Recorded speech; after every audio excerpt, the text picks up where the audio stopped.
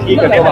ये जैसा कि सूचना आप सबों को भी मिली है, इस बार के 14वीं जेपीएससी में कई त्रुटियां सामने आ रही हैं, जिनमें पहली त्रुटि है एक कार्बन कॉपी ओमैर सीट की है, जिस पर अभ्यर्थी ने मात्र 48 आंसर को ही टिक किया है, यानी गोल घेरा किया। उसके बाद भी अगले राउंड के लिए उनका नाम चयन में है, उनके नाम का रिजल्ट प्रकाशित हुआ है।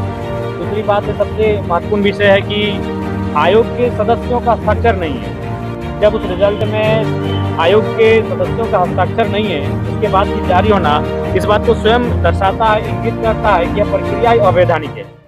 साथ ही साथ जिस कंपनी को, जिस एजेंसी को ये टेंडर दिया गया था एग्जामिनेशन करवाने का, वह उत्तर प्रदेश में ब्लैक लिस्टेड है।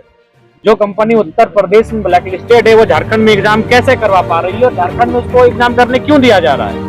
तो यानी ये स्पष्ट बातें दर्शा रही है कि 14वीं जेपीएससी की परीक्षा है, इसमें कुछ ना कुछ गड़बड़ी, कुछ ना कुछ त्रुटियां, विसंगतियां हुई हैं और उसी को लेकर कल शाम को ही रांची आए हैं।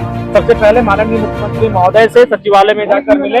कल वन विभाग की समीक्षा बैठक थी, रात 8 बजे मुख्यमंत्री महोदय से हमारी मुलाकात हुई। उनसे मैंने इस विषय में विस्तार पूर्वक बातचीत किया। उन्होंने भी कहा कि इस मामले को हम लोग संज्ञान में ले चुके हैं, इस पर हम लोग गंभीर हैं। उसके बाद रात को 8 बजे माननीय मुख्यमंत्री महोदय से मिलने के बाद आज दिन के 11 बजे महामहिम राज्यपाल महोदय से मुलाकात की है और उनको भी इस मामले से अवगत करवाएं कि आप इस मामले को संज्ञान में लेते हुए फिलहाल जो परीक्षाएं, मुख्य परीक्षाएं होंगी, उनको स्थगित किया जाए जब तक कि इस पर कोई एक जांच ना हो जाए।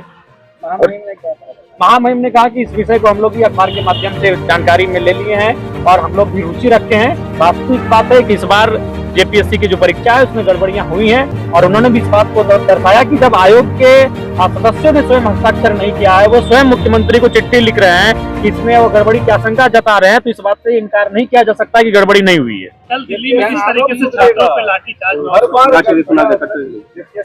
देखिए, जेएसएससी की परीक्षा इस राज्य में लगातार मजाक का पात्र बनती जा रही है। राज्य के 2 बड़े आयोग, 2 बड़े संस्थान, जिनको जवाबदेही है, जिनकी जिम्मेदारी है इस राज्य के लाखों युवाओं के सपने को साकार करने के लिए परीक्षाएं आयोजन करने का, और वो लगातार कटघरे में आकर खड़ी हो जा रही हैं। ऐसे में सरकार को गंभीरता पूर्वक विचार करना चाहिए और उन्हें इनकी कार्य प्रणाली में सुधार कैसे हो, परीक्षाएं नियमित कैसे हो, पेपर लीक के मामले ना आए, विसंगतियां ना आए, त्रुटियां ना आए, इस पर गंभीर होकर कार्य करना चाहिए। राजभवन तक रहेंगी या फिर आगे सड़कों पर? जी, हम लोग 2 दिन का अल्टीमेट देंगे, उसके बाद से हम लोग आंदोलन की तैयारी में लग जाएंगे। आज ही हम लोग बैठक करेंगे और आंदोलन की रूपरेखा को तैयार करेंगे। जेएसएससी की एक और मामला सामने आया है, उसमें जो एग्जाम है, एग्जाम के अगले दिन या देर रात एडमिट कार्ड आ रहा है, ये मामला भी उजागर हुआ है।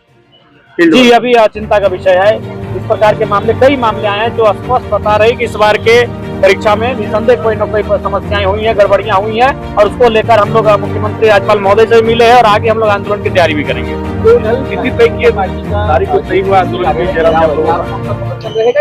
नहीं, हमारा तो अपना रणनीति रहेगा, लेकिन उसके बाद जो उसका नैतिक समर्थन रहेगा, क्योंकि जो छात्रों की आवाज उठाए, जो छात्रों की बात करे, चाहे वो कोई भी राजनीतिक दल हो, उसका हम लोग नैतिक समर्थन राम जी, आप जंतर मंतर जी जी और दिल्ली में आपने सेंटर शेड्यूल किए गए हैं, 2 जुलाई को परीक्षा पीटी की रिजल्ट देती है।